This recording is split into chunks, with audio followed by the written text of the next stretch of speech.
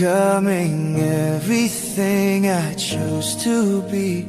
I am now affirming greater power is in me. I am never running from my own capacity.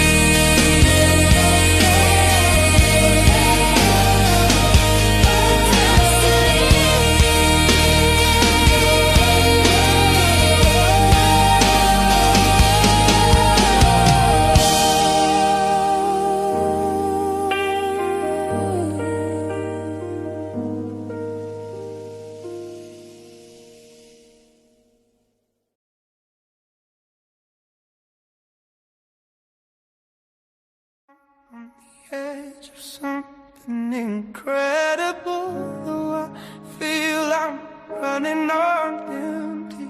Don't feel sorry, I'm just getting started up. And I tell you I've done it all empty. I'm on the edge of something incredible, though I feel I'm running on empty. Don't feel sorry, I'm just getting started up. And I tell you I've done it on empty. I can't tell you what will work, I can't tell you what won't work. I can share these lessons learned from my emptiness. And I don't know what will go wrong, and I won't dwell on that for long. What I know is that I gotta keep moving, 'cause I'm on the edge of something incredible, though I feel I'm running on empty. Don't feel sorry, I'm just getting started up. And I tell you I've done it on empty. I'm on the edge of something incredible, though I feel I'm running on empty. Don't feel sorry, I'm just getting started up. And I tell you I've done it on empty.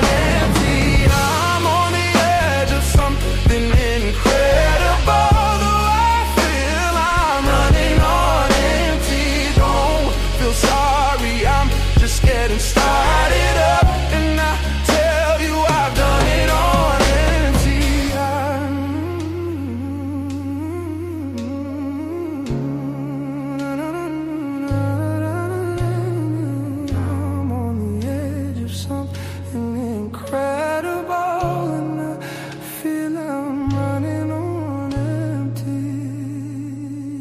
But don't feel sorry, I'm just getting started up. And I tell you, I've done it on empty. And I tell you, I've done it on empty, yeah. And I tell you, I'm running on empty. Yeah.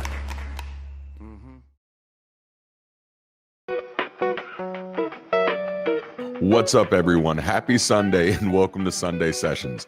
I'm your host, Darante Lamara, and wherever you're watching from today, I'm genuinely glad you're here. Welcome in. We are Bridge City. Now, Bridge City is a global community of people who are committed to connecting better, building better, and living better, free from superstition, coercion, or control. What brings us together isn't belief, background, or certainty. It's a shared commitment to people, clarity, and growth. We're not waiting on the future to imagine better community. We're practicing it right now. We're building bridges to better understanding, deeper empathy, and more honest connection so people everywhere can reclaim their authentic existence and contribute to the world on their own terms. At Bridge City, Sundays aren't about doctrine or dogma. They're about people. So every week we gather as a global community, not to be told what to think, but to think together, to learn together, and to grow together, and to create better possibilities together. Because at the center of everything we do is this conviction: people matter. So whether this is your first time here or you've been a part of this community for a while, welcome. My hope is that something in today's experience gives you clarity, encouragement, or maybe even a little life. And just so you know, Bridge City isn't just online. Our global campus connects people across the world, and we're already seeing local expressions take shape. Bridge City Los Angeles is meeting regularly for monthly mixers, and Bridge City Atlanta is right behind them. I'm planning to be in both cities at the top of the year, and if you're local, I'd love to connect with you in person. If you're new here, head over to bridgecity.app/hello. Everything you need to get started is right there. Introduce yourself in the new member introductions area, jump into the comments, and start a conversation. Community starts when people stop watching and start connecting. And one last note, we see our global family growing. Different cities, different countries, even different languages. Very soon, you'll hear welcome in more than one language around here, because this community truly belongs to all of us. All right, let's get into today's news.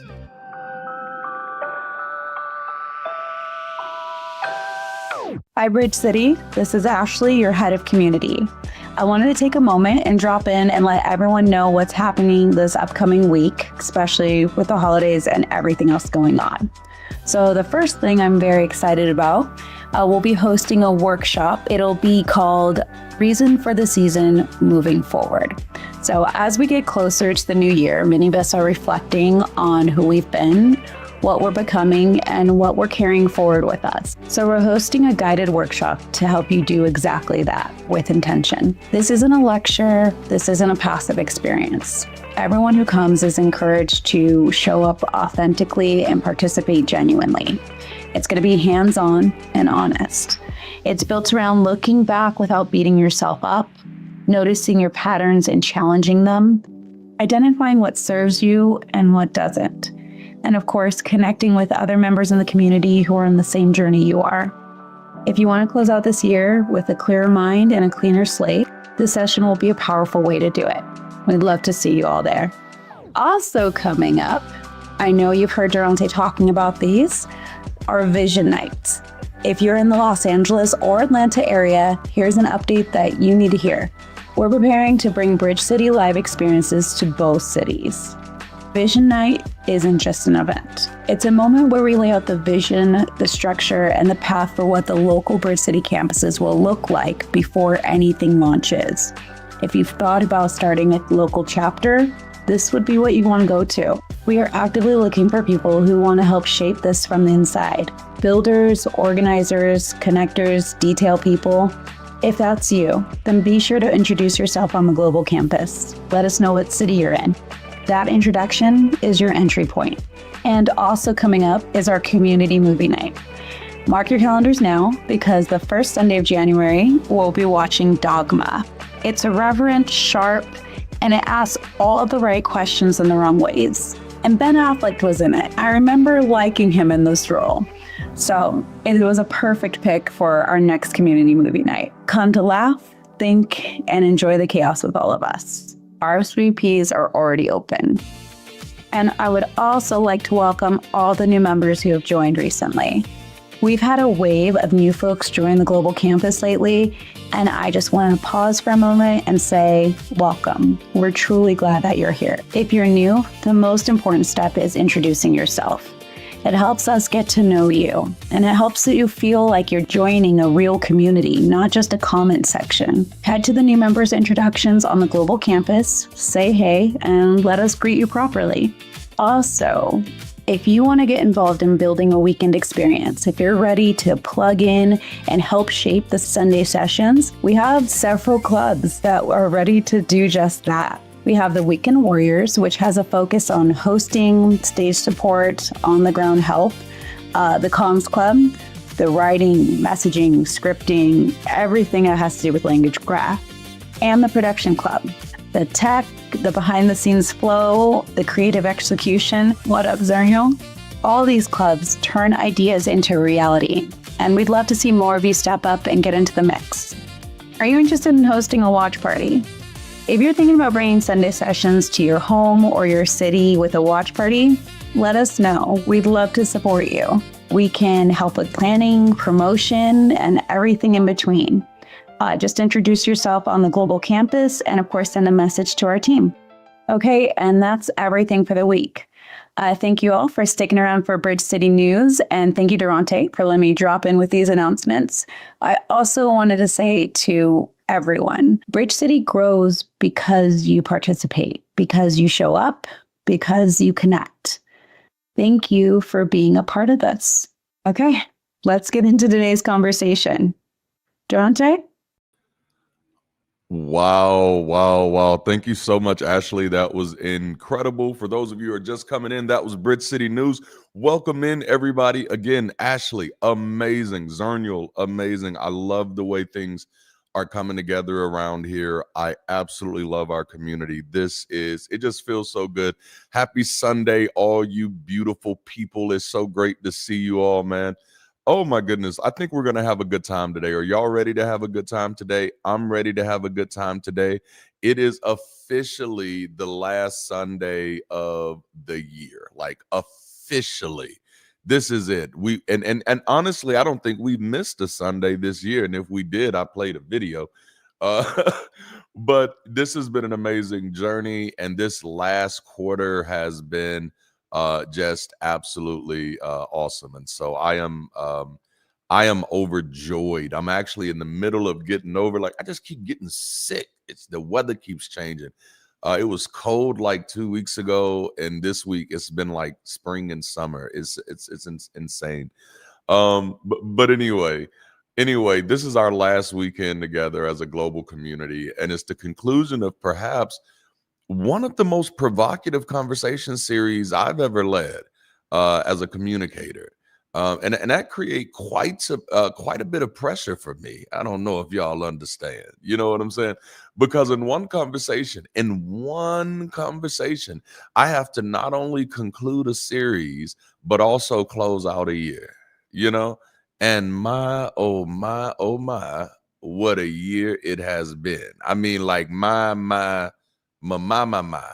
what a year it has been. I mean, like a hell no to the no. What a year it has been. Has 2025, I mean, whether you're sitting on the sidelines just watching everything else happen, or whether you're actually experiencing some things in your own life, has 2025 been a year or what? Again, my, it's been a year, man. But as a community builder, as a movement architect, if you will, I have to be mindful of and prepared for also at the same time a new month, a new year, and a new series that'll help us kick off the new year strong. So we're not holding back. Actually, in January, we're tackling life's big questions in a 4-part series. Y'all don't mind if I fast forward to the future a little bit and tell you where we're going to be next month, so you can go ahead and whet your appetite, get the taste on your mouth a little bit. But next month in January, we're opening the year, a new month, new year, new series. We're starting that year tackling life's biggest questions. That's the name of that series, Life's Big Questions. And we're going to tackle them together in a 4-part series. And this was inspired by one of our community members, one of our global campus members, who lives on the other side of the world. This week, like this morning, I got to talk to 2 of our members, and forgive me for just bragging. It's the last year, it's the last Sunday of the year. And so, I felt so good about being able to open up my Sunday morning looking at messages from Malaysia and Australia. And it's members of our community. Like that's amazing to me that we have members of our community in Malaysia and Australia. Like I got to figure out how we're going to do Sunday sessions to accommodate for everybody's time zones, man. And so for the month of January, we're going to tackle life's big questions, man. And it's going to be a fun time that very first week, very first Sunday, right before that Sunday at noon. And then, of course, that first Sunday night, we're doing Dogma for movie night. I love to see y'all there. You got to come through the global campus for that. But we're going to open that series up with I'm Safer Than I Thought. And in that conversation, we're walking people through, people who have deconstructed, or people who are living post-religion, or people who've never had religion, but are trying to figure out how do you deal with life. And you got all of these fears, you got all of these concerns, you got this residual fear from religion or culture. No, we're going to talk about it. That conversation is going to be called I'm Safer Than I Thought. And then the next conversation, we're going to go there and we're going to have a conversation called I Think I Like Who I'm Becoming. You know what I'm saying? And this is about dealing with your identity without anybody else defining it. All right. And then the week after that, it's colloquially known in the Black church as King Weekend. That's the weekend of Dr. King's celebration, King Weekend. So we're gonna platform a conversation that weekend called "What Do Good People Do?" And I promise you that one is gonna zig when you're expecting it to zag. And then we're gonna close that conversation out. And I'm telling you, you're gonna want to be in all 4. But if you miss any of them, don't miss the last one.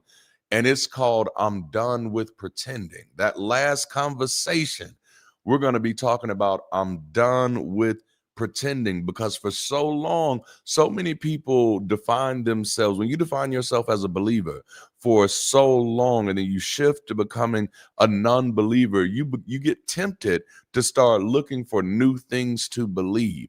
And so people start saying, oh, what do I believe about this? What do I believe about this? And I'm like, no, don't put yourself back into that same rabbit trail. The truth of the matter is you didn't believe that bullshit anyway. You were pretending to believe. So the safest way forward is to be done with pretending. So if you want to start the year off strong, start it off with Bridge City. That's all I'm saying there.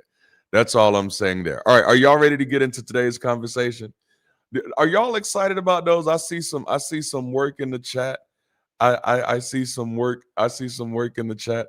I think we're gonna have a good time. Well, we're closing this series out today, man. We've been in this series. This is our 5th week.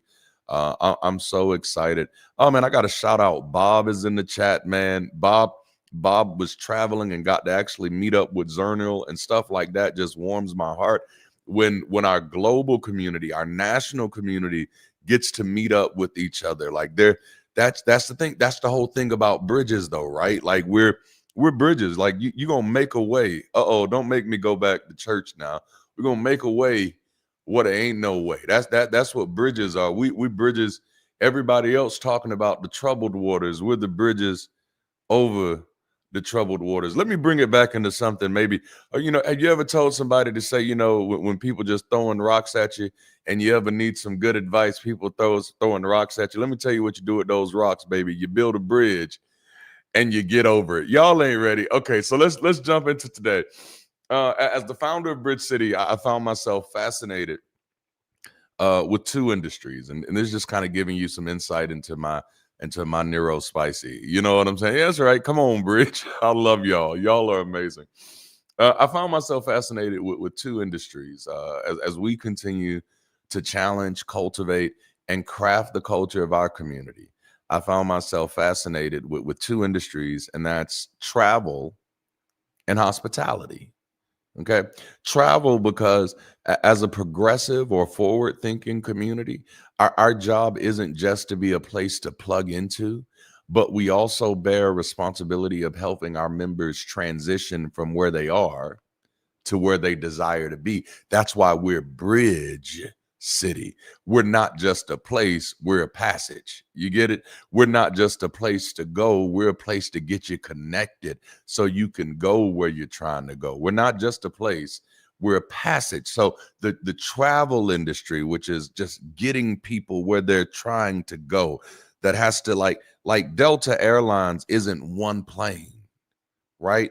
And that's how I see Bridge City in many ways. Like, we're not the plane, we're the airlines. Oh man, and see, like, I don't want to get into vision, but like this is something that sometimes people can't deal with, is that there are a lot of people who are flying Delta today who aren't necessarily going to the same destination. They just chose the same airline. So there are a lot of people who connect to Bridge City today who aren't necessarily aiming to get to the same places. They just chose the same community. Is that good, y'all? Okay, so travel, because they help people get places. They think about the best routes to help people get there. That's Bridge City is kind of obsessed with that. There are a lot of things to be upset with in the world. There are a lot of things to be mad with. But I'm gonna be honest with you. I don't think there was ever a time in history where that was not the case. I don't think there was ever a time in history where it was not the case that there was something to be mad at. I mean, even before we started organizing, you know what I'm saying? And just be like, even before we started pulling ourselves together as societies, even before we started becoming more agrarian, it's like there's always something bad happening somewhere, no matter what the context is. At this moment, that's a part of me kind of moving out of superstition, is realizing like, oh yeah, there is not this predefined good or this pre-existing good. We are living in chaos, and chaos has been existing for a long time. Y'all don't want to talk to me. So there's a lot of bad things that are happening, but one of the values of Bridge City is that we are progressive thinking. We are forward thinking. So it's like, no, I know it's bad right here, but how do we get there? How do we move there? Okay, I know people are dealing with this. I know people are struggling with this. How do we help those people move forward? So travel industry is all about helping people get there. And I'm just talking about my little obsessions right now. We're going to jump into it. But the other industry that I'm just as fascinated with as thinking about the culture of Bridge City is hospitality. And that's because I don't just want you to get somewhere with us. I want people to enjoy every experience, every event, and every excursion as if it was crafted with their highest standards of care in mind. Like I've jokingly said, but seriously meant, that I want the Bridge City membership experience to feel like Disney World meets Saving the World. A place where saving the world doesn't feel like sacrifice, a place where we are victoriously making a difference while celebrating the lives of the people who are along for the journey. Like I don't want to rub anybody the wrong way, but when you come into Bridge City, when you're connected to Bridge City, when you're connecting to this community, I want this community to help you win. I want us to be victoriously making a difference. Do y'all understand that? Because I see a lot of people who want to make a difference, but they don't want to victoriously make a difference, which means I don't want to just play the game. I want to win. Y'all don't want to talk to me, and I don't want to just win for winning's sake. I want to celebrate the hell out of the wins that we are getting. I want Bridge City to feel like Disney World meets saving the world. I want this to be a place that our members are proud to be connected to, that every experience, every event, every excursion, that people were like, oh, that was amazing. That was top of that blew my mind. Disney World meets saving the world. You know, we're not always broke down and looking down and sad. No, we're winning. We're victoriously making an impact and celebrating the lives of the people who are along for the journey. Yes, we're making progress. Yes, we're exploring ways to move forward, but man, we're also enjoying the journey. You know, when you purchase a ticket, when you purchase an airplane ticket, you're signing up just as much for the experience as you are the destination. Yes, I want to get to my expected destination, but I also want to know, how will I be treated while we're on the way? What are the in-flight menu options? Do you provide in-flight entertainment? And I don't know if you've noticed, but Bridge City is starting to grow by leaps and bounds. And it's because of people who are jumping in, connecting, as Ashley said this morning in the news, because of people who are participating, that we can begin to provide more. So you see, the table is getting to is beginning to expand. What we're able to make available is beginning to expand, because more and more people are connecting and providing through participation. So it's like, what are the in-flight menu options? Well, we got Zernial on the team now, and so he's cooking a little bit, and you got Ashley on the team now, and she's cooking a little bit. Do you provide in-flight entertainment? Well, I don't know if you caught us earlier this year, if you caught us earlier this morning, if you caught us right before the pre-show, you would have heard some good Bridge City music to keep you uplifted without superstition. Will I be informed if there's a delay? Are you going to talk to me like I'm a human if something goes wrong? I don't just sign up for the destination, I also sign up for the experience. To be honest, like I don't fly American Airlines anymore, because I had a few bad experiences and a few delays to my destination. And don't get me wrong, I get that things happen. I'm a fairly reasonable person, if I can say so myself. But I get that things happen. The weather still does what the weather does, right? But what got me was watching, after several delays, and I mean delays that were announced late, like you don't find out that your plane ain't nowhere near until 5 minutes after your plane was supposed to be there. After multiples of these, what got me was the disregard for the cost to the customer. Oh man, it just boils my potato. Creflo's my dollar, Benny's my hens. You know what I'm saying? Everybody ain't traveling just because. Everybody's dates are not flexible. There were parents who were trying to make it to their children's weddings. There were people traveling for doctor visits, job interviews, and even deathbed situations. And I watched rep after rep after rep across the American Airlines hub in multiple cities respond with dismissive apathy. No, I'm sorry this is happening. No, I understand that this is hard. It almost felt like there was an internal competition on who could be the most detached from the human cost of disrupted expectations. Now, again, I get you can't change the weather, but you can always check your attitude.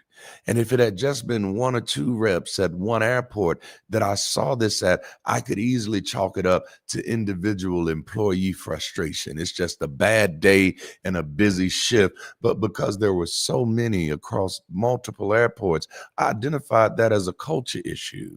And for those of you that are note takers, this is a great place to write a note down. I should have put this on the screens, but I didn't. That's my bad. Culture is not measured by excellence when things go right, but by compassion when expectations collapse. I feel like I want to read it one more time.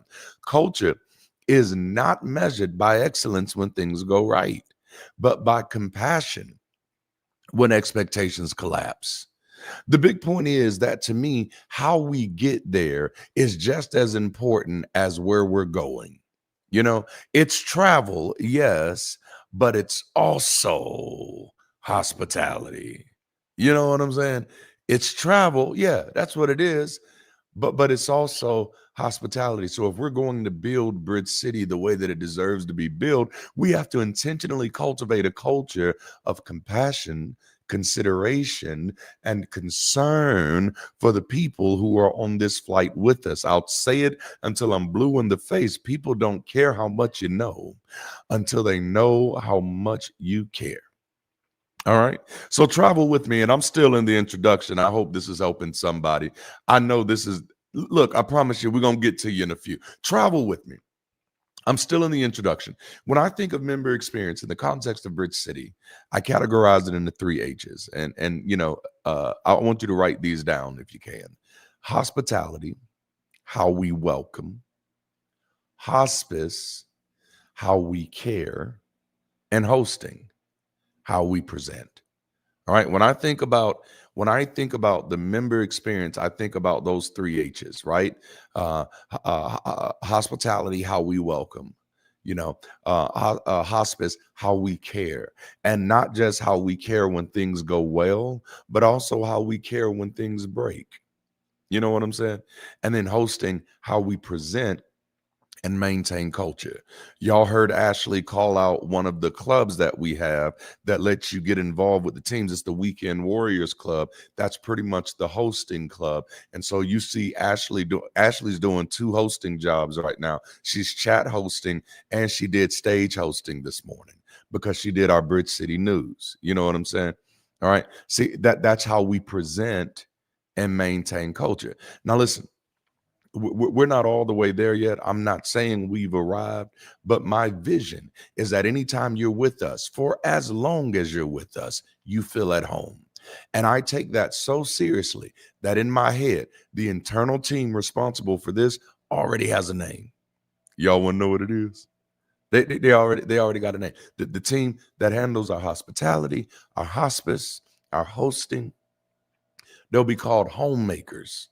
I know that's like I just come up with names like that. I'm creative like that. I like little stuff like that. Homemakers. And within those three areas of hospitality, hospice, and hosting, homemakers will be responsible for, you should guess the first one, homemaking,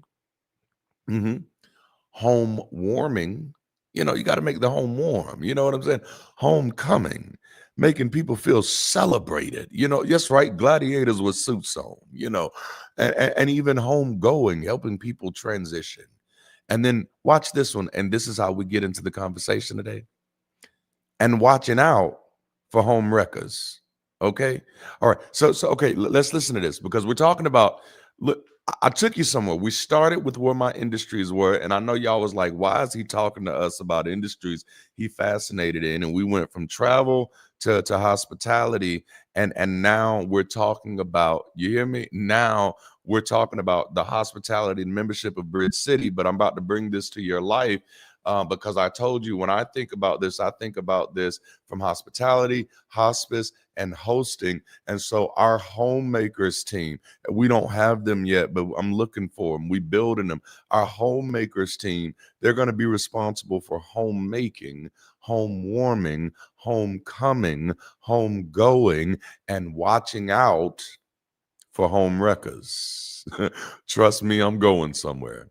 Now, traditionally, when we say home wrecker, yo, home wrecker. Have you ever been called a home wrecker before? Now, traditionally, When we say home wrecker, we think about the person who slides into taking spaces with no regard. Now, I ain't kink shaming. Get off me now. We think about people who are flirting with people in committed relationships. We think about people who are ignoring boundaries, people who are sowing discord, creating drama, secret messages, hidden conversations, no empathy for people who already built something before they showed up. Do y'all see how I did that? I'm gonna read it one more time because I want y'all to know what I'm doing. I'm building a bridge of contemporization. I'm taking a word that used to be used to shame the woman because, by the way, it takes two. Okay, y'all don't want to talk, but I'm taking a word that used to be used to shame women, and I'm about to make this thing do what it do. If y'all ain't used to me, I just want y'all to know I zig when you be thinking I'm about to zag. So now, traditionally, when we say home wrecker, we think about that person who slides into taken spaces with no regard. That person who is flirting with people in committed relationships, that person who is constantly ignoring boundaries, consistently sowing discord for whatever reason, always creating drama. Their communication seems to be characterized by secret messages, hidden conversations, and they seem to have no empathy for the people who already built something before they showed up. In other words, home wreckers show up to disrupt the established plans. Okay. Now I bring this up, and now we're back in flight school. Welcome back. Welcome back. I bring this up because, in the context of community and life, home wreckers are hijackers. Okay. Home wreckers are hijackers. They are attempting unlawful interference with expected operations. Okay. So these are people with misaligned intentions, people in the wrong room for the wrong reason, people reacting out of fear, ego, or unresolved damage, people who refuse the destination, but for whatever reason decide to stay on the plane. You get a misaligned presence plus a misaligned purpose, and that's going to equal misaligned energy. And that leads us to the critical question of this whole conversation, the one question that reveals whether you're here to build or here to hijack. And this is a great place to drop today's title. Why are you here? Okay, go ahead and tap that in the chat if you bold and bougie. Go ahead. Why are you here? The old folks would look at you and say, "Who sent you?" No, why are you here? This is the question. Since we're closing out a series and closing out a year, I wanted to make sure we landed on a question that would help us interrogate our circles and explore ourselves. And the question of the weekend is, why are you here? If we were sitting in the same building, I'd have you like tapping like 5 people, just run around and tap 5 people and say, "What the hell you doing here? Can I get a hell yeah?" Can I get a jalapeno? Habanero. Okay, so why, excuse me, are you here? Why are you here? The end of the year is one of the best times to do an inventory check. Not just on your goals, not just on your plans, but on the people in your circle, on your team, on your community, on anything and anyone that is consistently connected to your life. And the question, it isn't complicated, but it is critical. Why are you here? Mhm. Are we still headed in the same direction? Are you here because we're aligned, or are you here to disrupt my time? It's a fair question, ain't it now? Are you here on purpose, or are you here because you're frustrated, restless, or just looking for something to disrupt? Whatever the reason, if you're here, I need you to be clear on why. No, who sent you? Who sent you? How'd you get here? Now let me be clear. This isn't just a question we ask other people. This is a question we have to ask ourselves. I've been in plenty of rooms where I had to have the internal conversation with myself like, bruh, why are you here? Okay, everything about being here is aggravating the fuck out of you. Why are you here? You gonna complain about everything while you're here? Why do you keep coming? Y'all don't want to talk to me this weekend. No, what are you actually even contributing to the space? Why are you here? Are you aligned with where this is going, or are you just present? Because here's the truth. If you don't know why you're here, you will unintentionally hijack the places you enter. But when you understand your purpose, you can move with clarity, protect the destination, and stay in command even when you're not in control. Every environment you enter, every relationship, your communities, your teams, your movements has a direction and has a destination. Your presence is either aligned with that direction or interfering with it. Hijackers and home wreckers don't usually show up announcing themselves. They show up when people forget or misrepresent why they showed up in the first place. If the destination doesn't match your intention, you become a threat to the flight, not because you're evil, but because you're malaligned. People start hijacking spaces when they stop being honest about their purpose in the room. Why are you here? Most spaces don't get hijacked by bad people. They get hijacked by people who stop being honest about their purpose in the room. And this goes even deeper because every one of us carries potential hijackers inside of us. Excuse me. Every single one of us are carrying something on the inside of us. That hijacker could be your fear that every time something is getting ready to happen in your life, every time you're getting ready to participate in something, every time you're getting ready to take a step that you normally wouldn't take, that old fear tries to creep up and tries to hijack your flight. For other people, it might not be fear, it might be ego. For other people, it might not be ego, it may be distractions. For others, it may not be distractions, it might be that unprocessed trauma from your mama. Whatever it is, we all have hijackers that we gotta be on the lookout for. As a matter of fact, I dare you to go ahead and take 5 seconds right now to reflect over your 2025 and identify some things that hijacked your flight. Damn, there's the preacher right there. I'm sorry. Listen, I dare you to look back over 2025 and say, dang, I was going to hit this goal, but such and such hijacked my flight. I was headed in this direction, but dang, old good looking showed up. Goddamn, I was getting ready to do this, but no. If you don't learn how to spot those, they'll eventually take the controls. This is why member experience isn't just about vibes or aesthetics. It's about projecting and protecting culture. And protecting includes being able to identify when a hijacking is in progress. At the beginning of the year of 2026, the donors of Bridge City are going to receive a State of the City report that will include key stats, strategies, and scars from this quarter, the last quarter of 2025.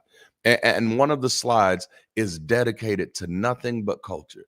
It's broken down into 3 categories: our pride points, our pain points, and our protection points. These are things that we are proud of as a community, things that are giving us a little pain as a community, and things that we want to protect the culture from. Okay, so a few of our pride points are we're definitely and finally developing a hands-on a core team, people who bring ideas that are in alignment with the vision that they can execute on.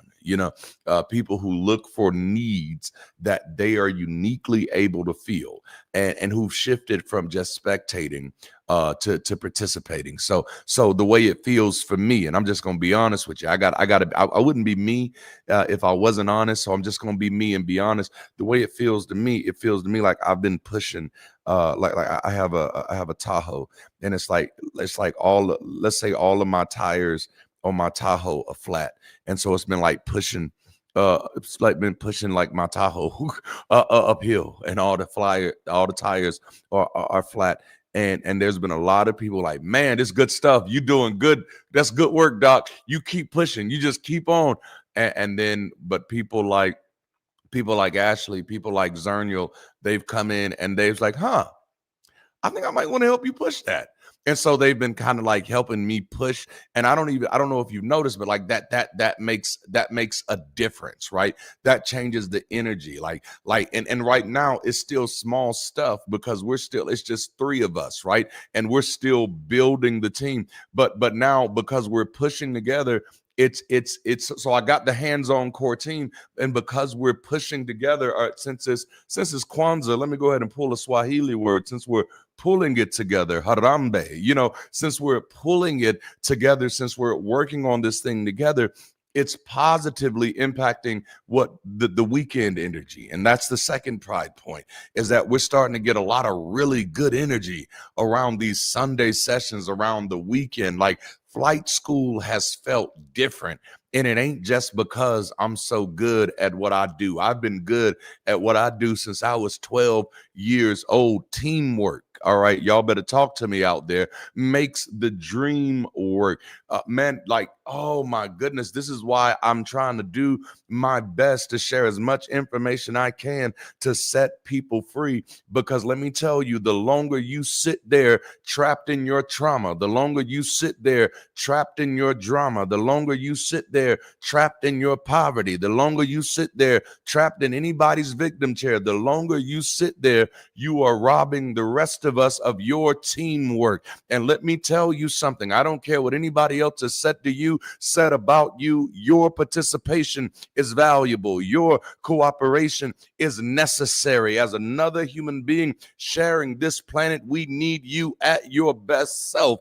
And so we need to be doing everything we can to put the tools in your hand so you could start mining the goodness that is you. Is this good? Okay. I hope this is helping somebody. It's not just because I'm good at what I do. It's because I've got other people who have now tagged in, all right, who have now tapped in, who have now connected, who are also good at what they do. And teamwork makes the dream work. And you ain't even seen all the Rangers in the Megazord yet. It's still only 3 of us in here, and we got room for like 35 more. No, y'all don't want to talk to me. We out here throwing uppercuts and they ain't connecting fully. Just wait till you see what it looks like when all of the Rangers are in the Megazord. The energy that you feel, it ain't just me, it's teamwork that makes the dream work. We're shifting from solo energy to team energy. Our weekend experience isn't designed to be a solo operation. It's designed to be a community. It's designed to be a community spectacle. It's combined to be something that brings us all together, that allows us to celebrate our skills, our values, and the things that we have to contribute. All right, now, so that's a couple of the pride points. But I also want to hit a few of the points of protection and tie them to the cultural pain points so that I can tie this back into today's conversation. So we're intentionally trying to protect our culture from a few things, okay? I should have put these on the screens. I didn't put these on the screens. I should have, but I didn't. One day, we'll have people who look over the notes and be like, oh, this need to be on the screens. Okay. So a few things we're trying to protect the culture from. And many of these y'all have probably heard me mention in one way or another. The first one is savior complex. I think since I've started sharing content, I've been very clear. I'm not anybody. I'm not your Negro. Okay. I'm not your Negro. I'm not your hero. Don't put me on a pedestal. I will kick that motherfucker down. Okay. You don't know me like that. And that's not necessary. I know in the old paradigm of living, there was this almost like pedestal priority, a pedestal preference, where if anybody was going to be in any functional position, they needed to be elevated over other people. That day is dead. It is not necessary. Not only is it not necessary, it is not helpful. That paradigm does more to rob us of partners than anything else. That paradigm does more to rob us of teammates than anything else. That paradigm does more to rob us of members, of partners, of teammates, of people to work together with. So no, one of the things we're doing our best to protect the culture from is savior complex. No, Darante ain't got all your answers. I got all my answers because I had to go get them. Okay, I got all my answers. I don't have your answers. Like even when I'm coaching people, I'm like, no, I don't know you to be able to give you a plan that's gonna fix your life. I don't know how fucked up you are. And because I'm a sociologist, I'm real enough to know you're not going to be honest with me about how fucked up you are. So we're not even gonna play that game. No, so no savior complex. Darante does not believe he's better than anybody else. I'm just you with a microphone right now. Darante does not believe that he has the master plan to anybody else's life. Well, the only thing that I have is that I have studied social movements. I've been a part of mega church growth architecture, and I believe my hypothesis is, if you will, is that if a few people work together to make impact, to make local impact, to help people who are close to them. If a few people start working together to create space where people can be their authentic selves, if a few people start working together, then we can actually change the world. And even if we can't change the world, here it is, we can build a bridge to a better one. Jalapeno, can I get a hell yeah out there? Austin 316 for everybody. So we try to protect the culture from savior complex, because savior complex leads to personality paralysis. So then can't nothing get done unless one person is here. And as a person who is a former Black nationalist, I will tell you that's what's killed many of the movements that were closest to my heart over and over and over again, because then all you had to do was kill one of us to stop the movement. But when we shift away from savior complexes, when we shift away from personality paralysis, then it doesn't, oh man, okay, I'm sorry, the revolution will not be televised. The second pain point we're trying to protect our culture from is outrage economy. Outrage economy, where we feed each other and we reward each other by how mad you is. Okay, let me tell you something about me. I'm mad all the damn time. That's my secret. I'm like the Incredible Hulk. I am mad all the damn time, but I want to know what you're gonna make that mad do. Okay, can you make the mad do something? So no, we try to protect the economy. Well, we're not rewarding you for how mad you are. No, how productive can you be? Okay. And the reason, let me tell you, the reason one of these things is very important to me is because then I watch people get caught up in rage overwhelm. And then what that does, it immobilizes you. You're so mad that you don't know what to do. You're so mad because listen, there's always going to be something to be mad about. There's always going to be there. So at some point, you've got to protect your sanity. And that's what community is for. Third one, trauma dumping and bonding.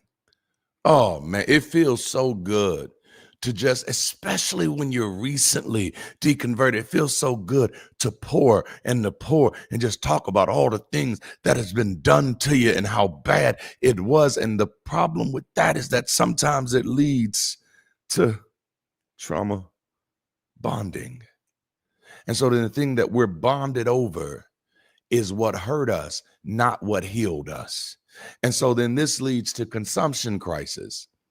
Okay. And this ain't even just for community. This is impacting us on a global level right now. Consumption crisis, where everybody is fix me, feed me, fuel me. Everybody's looking at somebody else to be their source of fixing, or their source of feeding, or their source of fueling. Those are things that we're protecting our culture from. And the last but not least, as far as Bridge City community, is debate culture. Because then it leads over to troll theism, where the only thing you want to do is troll Christians.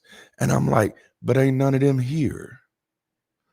So who's going to help the people? So you sit in a room and you realize the trauma that everybody's is impacted by. You realize the trauma that everybody's dealing with. You realize, you start looking at the carnage that has been left behind by having to deconstruct and deconvert and deal with reality as is. And the thing that we all want to do is sit around and talk about it. No, I don't just want to talk about it. I want to do something about it. Okay, I'm sorry. I'm going too far. Let's go. So there's a few. So the reason we try to protect the culture is that there are a few things that you got to understand. I'll kind of call it like the core. These are critical operational realities explained. This is the core. Community is not random. And here's something that'll help you. Neither are relationships. The same applies to relationships. Community is not random. Relationships are not random. All right, it's the end of the year. I'm doing an end of the year review on Wednesday. It's the end of the year. I want to ask you how many of you have taken inventory of your relationships to say, now, does this feel random or does this feel reasonable? Oh man, in February we're doing a series called Falling in Love with Reason, man. Does this relationship feel random? Or does this relationship feel reasonable? Oh, we got some places to go. So community is not random. People choose their environments. Purpose determines their fit. Misalignment creates harm. Malalignment creates havoc. Dang it. Misalignment creates harm. Y'all got to catch this. Malalignment creates havoc. Okay, this is going to be enough. This might save your whole 2026. Okay, do y'all remember when Ruben Studdard won American Idol and did his little album? He was doing good, and then he ruined his whole career. This was my sorry for 2004. For whatever reason, he was apologizing in advance. And so while other people are apologizing in advance, I just gave you a nugget, just a little bit of nugget, a nugget of wisdom that might save your whole 2026. Okay. Misalignment creates harm. Malalignment creates havoc. Okay. When I say misalignment creates harm, I'm talking about moments where people are out of sync, right? It happens. They're out of sync, but they're still acting in good faith. Misalignment is when intentions don't quite match direction, when expectations aren't fully clear, when timing, capacity, or understanding is off a little bit. It's uncomfortable, it can hurt feelings, it can slow things down, but usually that's fixable. Usually that's correctable. Malalignment is different. Malalignment is when someone knows the direction, knows the destination, and chooses to move against it anyway. That's when things stop just being difficult and start becoming destructive. Because malalignment isn't confusion, it's contradiction. Oh, I hope I'm helping somebody recognize some malalignments in your life. As soon as this stream is over, you're gonna have to text some people and say, hey, why are you here? Why are you here? Because like you just don't like none of my ideas or nothing. Why? Okay, we're gonna go there. Because malalignment, again, it isn't confusion, it's contradiction. It's staying in a space while trying to pull it somewhere else. It's remaining on the plane while rejecting the destination. It's insisting on access without agreement. And that's where the havoc shows up. Not because people are trying to destroy things, but because opposing attentions in the same system create chaos by default. That's why clarity matters. That's why purpose matters. And that's why asking, why are you here, isn't about exclusion. It's about protection. In aviation, hijacker protocol doesn't activate because someone feels uncomfortable. It activates because someone observes behavior that signals an unlawful interference with the flight plan. And that protocol only works if people know what to look for and are willing to name it. This is an excellent place to drop today's conversation's first big question, and that is, do you know what to watch for? I should have did this last Sunday. We could say, do you see what I see? Okay, anyway, do you know what to watch for? If we're going to protect the culture, we have to know what to watch for. Not vibes, not rumors, not personalities we don't like, patterns. Okay. In aviation, hijacker protocol again doesn't activate just because someone feels uncomfortable. Like one of the things that bothers me, like it's something I don't like, and this was happening to me earlier this year. Somebody would always come up to me to tell me who they don't like, and it was actually like 2 or 3 different people. That if they saw me on someone else's channel, they'd be like, "Yeah, you should I don't like them. I just get a bad vibe about them. Please don't bring stuff like that to me." Number one, I graduated high school in 2004. So please don't bring your bad vibes about other people to me. Keep your juju to yourself, okay? I don't like that. So all right. And no, like literally, and I'm not just saying that on the stage to be on the stage. I've literally told people that. Like I've had to tell somebody because I had someone earlier this year. They were coming to me about several different people. I just don't like this person. I just get bad vibes about this person. And I'm like, ooh, these are not a few of my favorite things. And so I said, hey, that's weird that you even telling me that, because I don't even know what to do with that information. Like, please don't do that. So when we talk about knowing what to watch for, we're not just talking about, oh, you're uncomfortable. We're talking about observable behavior that signals unlawful interference with the flight. This is true in our lives and our communities. Okay. So it starts with behavior observation, unusual crew or passenger behavior, energy that doesn't match the moment, actions that don't align with the stated purpose, not different, not new, not even just strange, disruptive. You know, that I'm getting tired if I get to the word disruptive, you know. All right. Things get disruptive. So watch disruptive. So here are a few patterns. And again, these are things you can apply to community and you can apply to your life. Number one, attempting to distract with discontentment. So this is when someone is consistently unhappy in a space they chose to enter. My wife and I watched this show called Caught in the Act, and it's with Tammy Roman, and people come to Tammy Roman and they be like, "Oh, I think such and such is cheating on me, but I'm not sure." And Tammy be like, "Oh, you think they cheating?" And like it'd be like, if you thought they were cheating well enough to come on the show, you probably know they cheating. You just want the evidence at this moment. But anyway, they go to and they got all these couples, and they view them and they catch them caught in the act. That's the name of the show. And they catch them.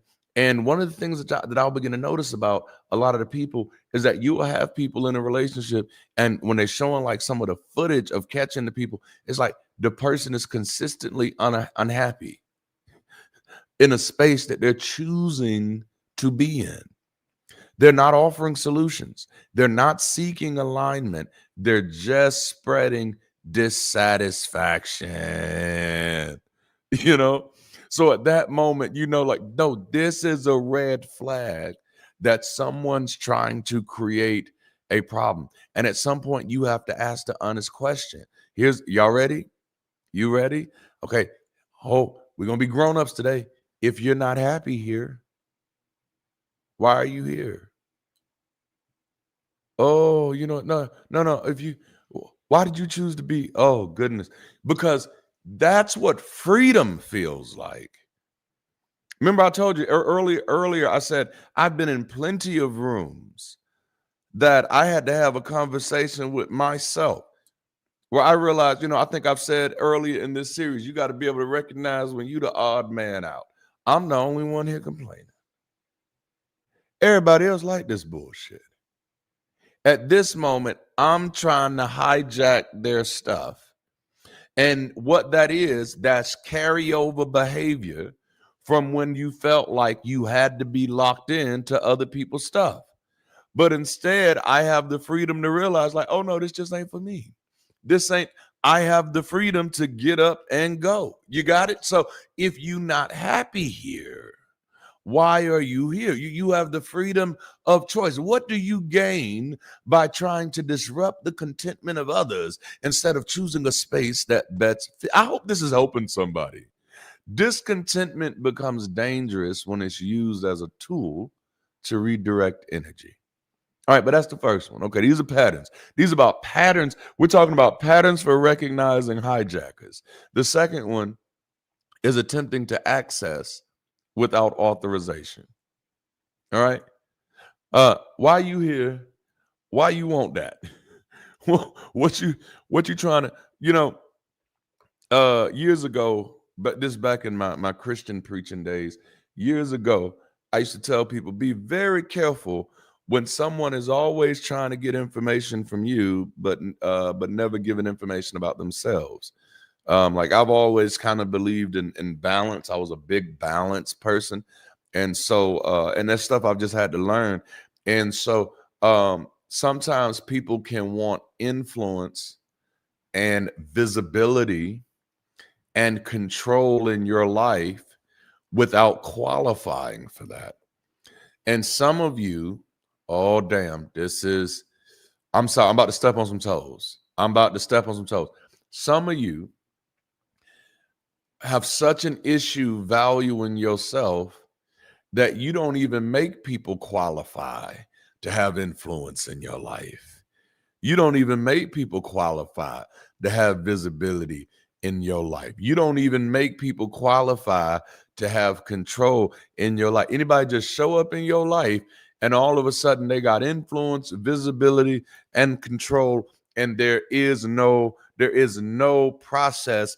And that's probably why you sitting there thinking like, well, I ain't got no hijackers in my life, because everybody is a hijacker in your life. No, what is the like? No, like, oh my goodness. I started doing this when nobody knew my name. I tell you, I published my first book 2014, and in that book I wrote that I'd stop answering my phone, and I've been committed to that. Save so much time, become so much more productive, and I've become much more strict about who's in my circle, who's in my space, who I share time with, who I hold relationship with. Why? Now, because I value myself. And everybody don't understand that. And I'm like, listen, just because you don't value you the way that I value me does not mean I'm going to lower my standards of value for me. My standards are for me and your standards are for you. But if I can give you some advice, baby, putting a process in your life for making, for finding a way to see if people qualify to influence you will change your life. Okay. These are people who bypass structure, they ignore boundaries, they treat access like entitlement. But access in healthy systems is earned, not seized. This is why I had stopped answering my phone in 2014, because people treated access to my number like entitlement. Like people, especially when I first stopped answering, people would like treat me like they wanted to fight me because I didn't answer my phone for them, because access had become entitlement instead of earned. And for me, it was a problem because what I realized is when people get me on the phone, I'd be on the phone for hours. You know what I'm saying? If I answered 3 phone calls, that's 6-7 hours of my day gone. Talking about bullshit, nothing. And y'all, damn, I'm. Oh my goodness, this is getting good. And what I realize is that, ooh, you do this all day. You don't have anything that you're trying to work on. You don't have anything yet that you're trying to move forward in your life. And so you can afford to talk on the phone for 4 hours. God damn it, I'm a man on a mission. I ain't got time to waste. And I realized that nobody else was ever going to treat me that way. I was going to have to start valuing myself accordingly. I hope that little commercial break just helps somebody. So, access in healthy systems is earned, not seized. There's a process for a reason, not to exclude people, but to protect the flight. I need to make sure that we're going to the same direction. I need to make, if you're getting on this plane, I hope you're going to that destination because that's where I'm headed now. And this doesn't just show up in communities, it shows up in our personal lives too. This is what it looks like when someone wants intimacy without trust. Like, I don't even know you. You know what I'm saying? When someone wants commitment with consistency, without consistency. When somebody wants results without discipline. You know, have you ever been in this place? And we've all been there. Just go and tell the truth. Tell the truth, shame the bullshit. Let's just tell the truth. You ever been there where you're like, I tried everything? I tried everything. Or maybe you were a little more narcissistic. Maybe you were a little more like me. I did everything right. There's two types of people in this world. Those are the types of people who tried everything and the types of people who said, I did everything right. But you ever been there? You know?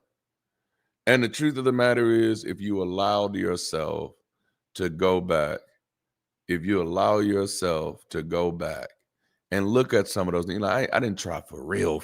I didn't put my all in it. I wanted the results without the discipline. It's when we want access to outcomes we haven't prepared ourselves to handle. We want the title without the training, the influence without the integrity, the closeness without the work. And just like in a community, skipping process in your personal life doesn't make you efficient.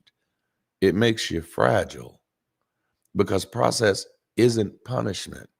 Process is protection. I grew up playing Mario Brothers. Love Mario Brothers. I still play Mario Brothers today. Every now and then I'll pull it up on my computer, because you can play old games on your computer now, and that's just like cool. Excuse me. And that's like so cool to me. So I like Mario Brothers. Doom, doom, doom, doom, doom, doom, doom, doom,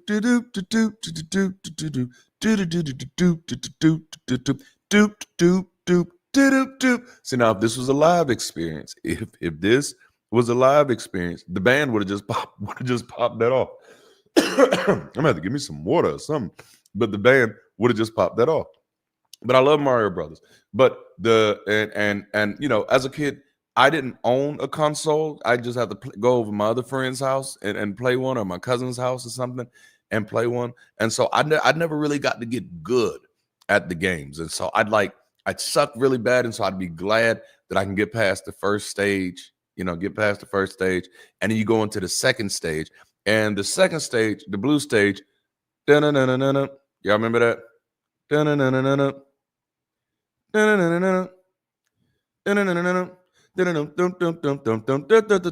I hated I hated that stage, right? I hated it. And so I got to the point where I learned how to cheat that stage. I learned how to cheat that stage. And then eventually, as I cheated the stage, I realized I sucked at all the stages that came after it, because process isn't punishment. It's protection. It wasn't until I had to learn how to go through that second stage that I qualified to be at the third stage.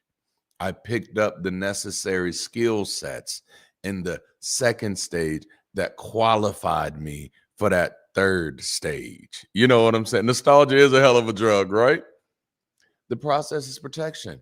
It protects you from getting somewhere your character cannot sustain. It protects relationships from collapsing under pressure. It protects your future from versions of you that haven't grown up yet. You know what I'm saying? So whether it's a community, a career, a relationship, or your own healing, access without process isn't progress. It's interference. Oh, that's good. Oh shit. I feel like that can save some lives. I gotta say it. I have to say that again because I feel like that can save some lives. Access without process isn't progress, it's interference. I got to watch Allison Mack. She went on Michael Rosenbaum's podcast, Inside of You. And I don't know if you know who Allison Mack is. Allison Mack played Chloe on the Smallville CW show. She played Chloe. Okay, that's who she was. I don't know if y'all watched Smallville. I watched Smallville. Michael Rosenbaum was the best Lex ever. All right, so now that we've gotten that out the way, she joined a cult. The cult was called Nexum. It was led by a guy who was supposed to be a genius. And that cult apparently did a bunch of stuff that they do in fraternities and sororities, like they brand each other stuff and do a bunch of weird stuff. Anyway, she had to do some prison time. It was bad. It was bad. She had to do some prison time. And so she came out, and Michael Rosenbaum, her former castmate, does an podcast with her and just allowing her to talk, which this was major because fans felt betrayed, which is, to me, that's a problem with American consumer culture. You don't know her. She didn't betray you. She betrayed some folks, but she didn't betray you, okay? Stop vicariously living through the folks she betrayed. That's a weird place to live vicariously through anyway. You should get that checked out. But anyway, so they're sitting there and they're talking. Yep, it was a blonde lady. That's her. That's her. And so she's talking, and she says, and Michael asked her, he said, "Do you have any advice from people?" And she's for people, and she said, "Yeah, just make sure people are qualified to mess with your mind. Don't let people be messing with your mind who aren't qualified." And I realized, like, that's what a lot of those cultic systems do. They claim to have all of these deep revelations and these deep understandings of things using a fugazi language, if you will. And what they're really fucking with is psychology and sociology, and what she shared from her being one of the people who had got wrapped up into doing this, into leading this, into helping doing this. She said, if I can give any advice to people who are trying to protect themselves, make sure people are qualified to give you advice. Make sure people are qualified to help you in these ways. So access without process isn't progress, it's interference. So you hear somebody trying to give you some advice on that you're going to rewire your magical neurons. Like, no, who are you? Why are you here? Who sent you? Because this isn't progress, it's interference. There's a process to go through to get the access that you're trying to go through. All right, now here's the third pattern. Attempting to disrupt the direction. Now, this is the clearest signal. There's a stated direction. There's a communicated destination. The plan is not hidden. So when someone consistently pulls against that direction, questions the destination itself, or tries to reroute the flight mid-air, the question isn't why are they frustrated? The question is, if this isn't where you were trying to go, why are you here? In the last episode that my wife and I watched of the home wrecker show, Caught in the Act, there were two females together, and they were gonna get IVF, and then all of a sudden, the other person in the relationship, started pulling in a different direction, begins questioning the destination itself. They're trying to reroute the flight mid-air, and the other person doesn't catch. Baby, they have changed their mind about where they are trying to go. And you're thinking, oh, it's just a frustration that I can fix. And it's like, no, this isn't a frustration. This is a destination misalignment. Oh my goodness. Sometimes you can begin trying to force yourself in other people's lives and other people's situation. You're trying to force them to realign instead of recognizing that they're going the other way. See, like when you really start asking the why are you here question, when the misalignment shows up, it's really hard to tell who's the hijacker in the situation. Am I hijacking you or you hijacking me? Because like, why you here though? All right, disagreement is healthy, but persistent redirection is interference. From a transponder code, let me get my words out. Pilots are instructed to squawk transponder code 7500, which is the universal signal for unlawful interference or a hijacking in process. So this are in progress. So this is what I want to ask you. What is your internal signal when something is wrong? What is your signal for when you're experiencing or when you're witnessing an unlawful interference? How do you signal to others that you're experiencing something? How do you signal to others that you're experiencing a hijacking in progress? Many of you are going to be making resolutions this upcoming week that will operate like your 2026 flight plan. What is your plan if your plane gets hijacked? Who can you signal for support? When signals are sent clearly, support can show up quickly. All right. All right. So this brings us to our second question of the day. Are y'all ready? And I got to roll. I done took up your time. We got to go. Do you know what to do? Once interference is identified, the goal is not panic. The goal is protection. Modern aviation protocols, especially those established after 9/11, shifted the priority. The focus is no longer on confronting the hijacker, it's on reinforcing the cockpit. Now, this blew my mind.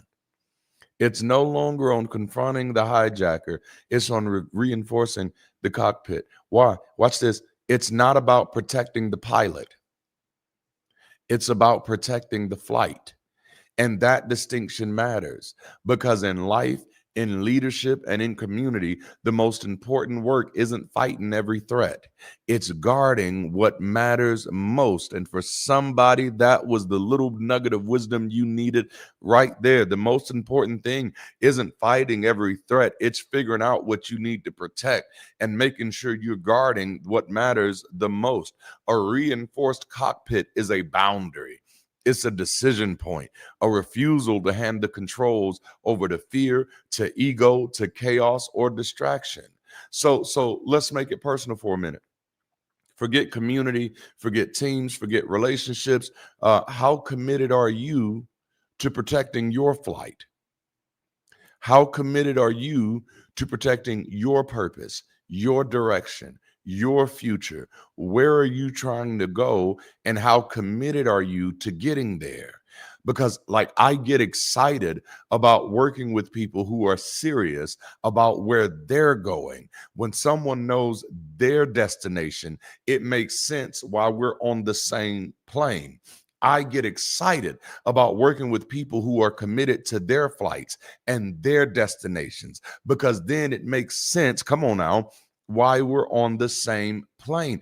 I love that I'm on the same plane with Zernial Shackelford. When he and I talk, when I hear what he wants to do, when I hear what his dreams are, when I hear what his visions are, it makes sense of why we're on the same plane. When I hear what he wants to do in media, and I know what I want to do in media, when I see why he stands up for community, and I know why I stand up for community, when I see why he doesn't believe the bullshit, and I see why I don't believe the bullshit, it makes sense to me why we're on the same plane. I didn't have to convince him. Oh man, this is getting good. I don't have to convince him to be on my plane. He doesn't have to convince me to be on his plane. We're on the same plane because we're headed in the same direction. I hope this is helping somebody. In 2026, spend less time. Oh, this is good.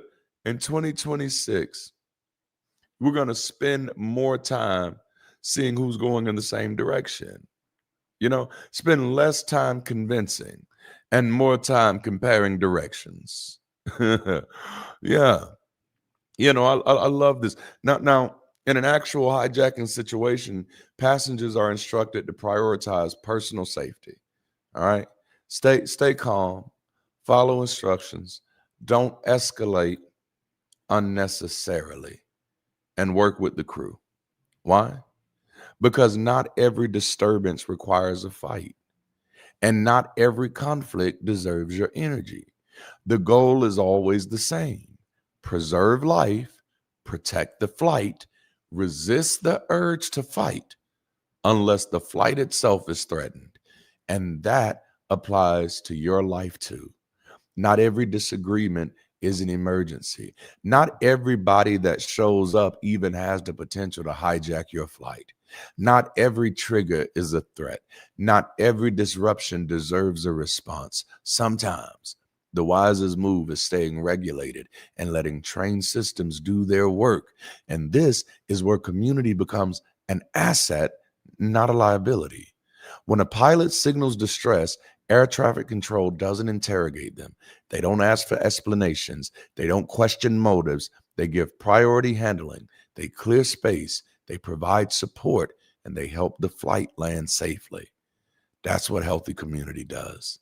When signals are clear, people around you know how to respond when you're under pressure. So here's the real work of this moment. How do you respond when life gets hijacked?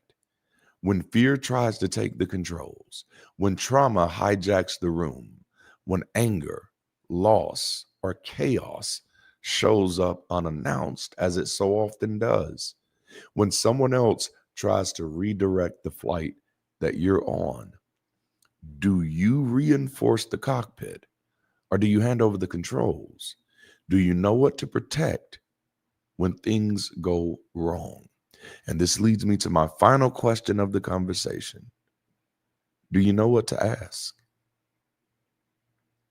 Do you know what to ask? Why are you here?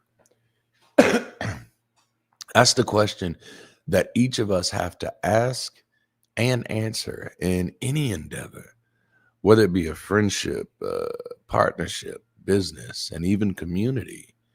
That if you're here and you're hearing me, what you here for? Why you here for? If you're here, why are you here? What is it? What is it that brings you here? Why you keep coming back here? Why you keep showing up here? Why are you here? What is it about the direction and the destination that has you here? That's not just a question for identifying hijackers. It's the one question that keeps us all from becoming hijackers. Why am I here? And if I don't like the direction, where do I want to go? Where am I trying to get to? And what plane do I need to be on to get there? And maybe even that is just a connecting flight. You see, the question, why are you here, is not just a question of purpose. It's a question of direction. It's an opportunity to get everyone recalibrated and realigned with the flight plan. I learned how to recognize when I was the hijacker in the room almost a decade ago. Actually, maybe even a little longer. This is why I dismiss myself from rooms before I ever attempt to disrupt someone else's destination. I just recognize that, you know what? I don't think we're headed in the same direction. And if I stay around here, I'm going to start aggravating you as much as you're aggravating me. And that's going to get problematic real quick. And there is way too much space on this planet for that. This is why people can't guilt me into a relationship. I'm like, no, there's like 8 billion people on the planet. Okay. There's plenty of space and plenty of options. That's why stories like, and I don't even know if it was a real story. You catch yourself doom scrolling and you come across something, but I came across a story. It just kept popping up in my feed about Money Long. And I don't even know if I'm pronouncing her name right. I think that's right. but apparently she is a rapper of some sorts. Uh, you'd be surprised about how much I don't know, but but there was a story shared, and I mean, it hit so hard. You know, she talked about how J. Cole, who at one time was one of my favorite rappers, man, uh, how J. Cole quietly left the studio session without explanation. Comes in, he's sitting down, they're supposed to be working on something together. Conversation gets started. Everybody's doing their thing. In the middle of it, he gets out, walks out, gets up, walks out, no explanation. There's no drama, no critique, no disruption. Now, obviously, she was confused, like, what happened? But later she realized why. The conversation took a turn, and it was a turn that she was used to, and her crew was likely used to, and her other people was on there that was likely used to. But it was a type of a conversation that he knew he didn't want to be a part of. And so watch this. Instead of taking his disgruntlement and turning it into disruption, he determines he's not going to be the hijacker in the room. Oh my goodness. He knew his presence at that moment didn't serve the direction of the room. That kind of self-awareness is rare and it's powerful. And while this is a powerful question to expose hijackers and even home wreckers and others and in ourselves, it's also a powerful question in exploring ourselves and how we're navigating our personal journeys. As someone said earlier, it's a fair question to ask. Why am I here? And it creates room for 3 powerful alignment questions. What attracted me to this? What do I want from this? And how do I plan on getting it from this? All right. That's what, why am I here? Why are you here? When you ask about it, why are you here? What attracted you to this? What do you want from this? And how do you plan on getting it from this? When you ask yourself, why am I here? What attracted me to this? What do I want from this? And what do I plan on getting out of this? This applies to anything. What do I want out of life? What do I want out of my relationships? What do I want out of my career? Nobody else gets to choose that for me. I have the right and the responsibility to choose what I want. What do I want out of my education? What do I want from my community? That's where I want to land our plane today, with the question for all of us as we close out the year and get ready to make our commitments for our 2026 flight plan. Can I ask you, of all of the places you could be right now, why are you here? I want you to really reflect on that. What attracted you to this? What do you want from this? And get honest with yourself and give yourself permission to name it, no matter how small or big, no matter how unrealistic you may feel it is. What is it that you expect to get from this? Maybe you expect to get a little accountability from community. Maybe you expect to get opportunity to expand in your understanding and your knowledge and your wisdom in your relationships with others. Maybe you're expecting to get an opportunity to expand your skill sets, to work in your talents, to provide your art. What is it that you're expecting to get out of this? Maybe you're expecting to become a little bit of a better person, to heal a little bit, to shake off some trauma. What is it? What is it? What is it? And how do you plan on getting it?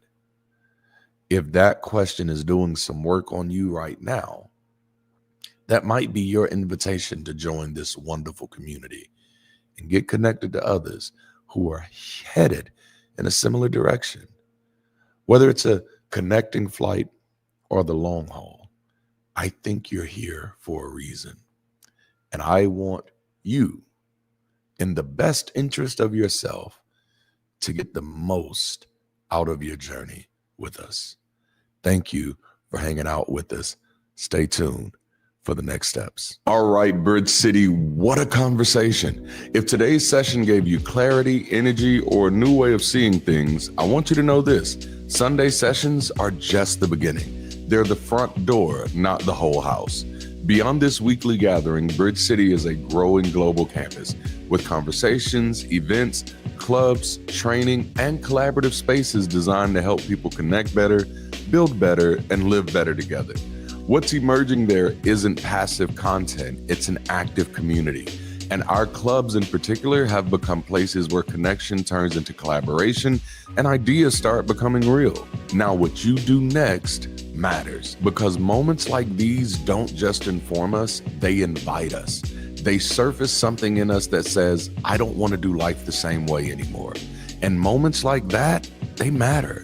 Not because they feel good, but because they ask us a question. What am I going to do with this? Bridge City exists for people who are tired of navigating the world alone. People who want more than content, more than commentary, more than another place to observe from the sidelines. This is a community for people who want to belong somewhere honest, thoughtful, and human, where growth happens in relationship, not isolation. So this isn't an invitation to watch more or scroll deeper. This is an invitation to join a community, to be known, to be challenged, to be supported, to build something meaningful with people who actually care. If today's session resonated with you, if you felt clarity, relief, curiosity, or even discomfort, that's not accidental. That's the signal. And joining Bridge City is how you respond to it. It's how you move from being inspired on a Sunday to being connected throughout the week. So whether you're here to rest, explore, or help build, there's a place for you in Bridge City. And honestly, this is a meaningful moment to join. We're still early, still shaping, and still building the global team that'll carry this forward. Scan the QR code or head to the link on the screen. That's your on-ramp into the wider community. And let me say this clearly. Thank you. This community exists because people choose to show up, engage, and support what we're building together. If you value these conversations and believe in the work we're doing as a global community, I invite you to consider supporting Bridge City today. Your contributions help make this space accessible, sustainable, and growing. The donation link is in the chat and the QR codes are on the screen for anyone who's willing and able to contribute. Support here isn't about pressure, it's about participation. Thank you for joining us for this week's Sunday session. I truly hope today's conversation stayed with you and gave you something to carry forward. Join us again next weekend, and if you feel moved, invite a friend or even consider hosting a watch party as we continue this series together. If today's talk resonated with you, let us know in the comments. And as always, tell us where you're watching from. We're already building in Los Angeles, Atlanta is on the way, and your city could very well be next. All right, community, that's all for today. Have a people-centric, forward-thinking kind of week. Until next time, keep rising and be the bridge.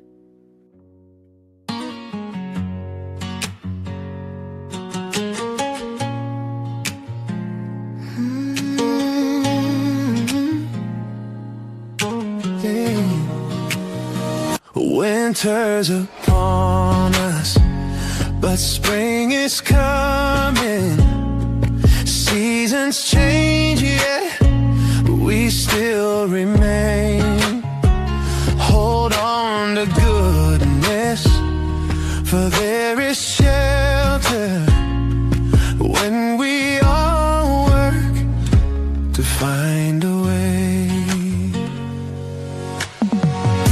When times are getting hard and days are getting dark, we can make it if we all work. You don't know what else to do, but we will make it through. And there's a simple truth: if we all work, we'll find a way. Winter's upon us,